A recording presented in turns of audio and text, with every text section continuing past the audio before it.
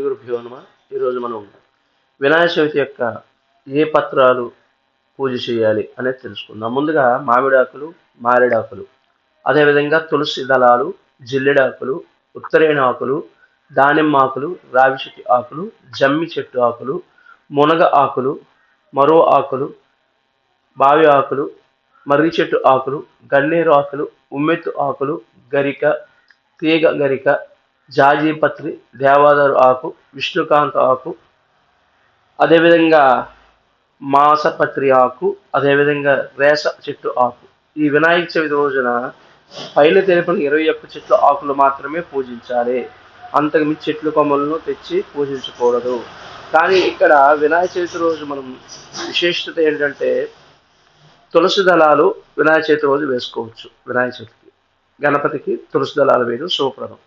అదేవిధంగా గణపతికి ఎవరైతే భక్తి శ్రద్ధలతో ఓం గం గణపతే నమః, ఎందుకంటే స్వామి కార్యసిద్ధి, మనం మొదటగా గణపతికి పూజ చేస్తున్నామంటే మనం అనుకున్న కార్యక్రమం ఏదైతే విద్య, ఉద్యోగం, వ్యాపారం, ఆరోగ్యం, సంతానం, కళ్యాణం, కాబట్టి ఇవన్నీ శుభప్రదంగా జరగాలంటే భక్తి శ్రద్ధలతో ఈ నవరాత్రులు ప్రతి ఒక్కరూ కూడా గణపతిని ఆరాధించాలి, గణపతిని పూజించాలి. గణపతిని ఎక్కువగా భక్తి శ్రద్ధలతో, దయచేసి మైక్ సెట్లు వేస్తున్నప్పుడు డీజే పాటలు మాత్రం పనికి వచ్చిన పాటలు మాత్రం వేయండి. భక్తికి సంబంధించిన పాటలు, భక్తికి సంబంధించిన గీతలు, భక్తికి సంబంధించిన మాత్రం వేయండి.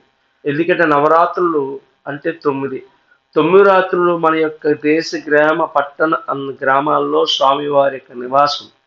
10వ రాత్రి నుంచి మనకి ఈ అవకాశం దొరకదు. కాబట్టి ప్రతి ఒక్కరు కూడా భగవత్ యొక్క కృప కావాలి మనకి, అంటే భగవంతుడి యొక్క ఆశీస్సులు కావాలి.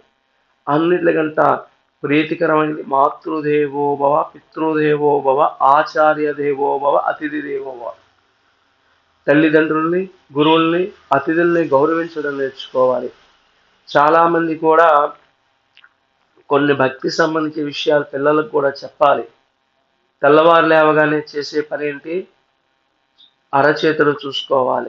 కరగ్రే వసతే లక్ష్మి, కరమధ్యే సరస్వతి, కరమూలే స్థితే గౌరి, ప్రభాతే కరదర్శనం.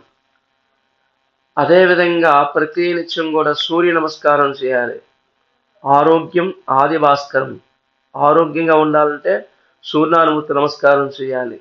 ఓం భాస్కరాయ నమః, ఓం అర్కాయ నమః, ఓం రవయే నమః. ప్రతి నిత్యం శివ పంచాక్షి మంత్రం చదవాలి. పంచభూతాలు శివ పంచాక్షి మంత్రంలో ఉన్నాయి కాబట్టి ఓం నమ శివాయ నమః. పంచభూతాలు అగ్ని, వాయువు, పృథివీ, ఆకాశం, నీరు.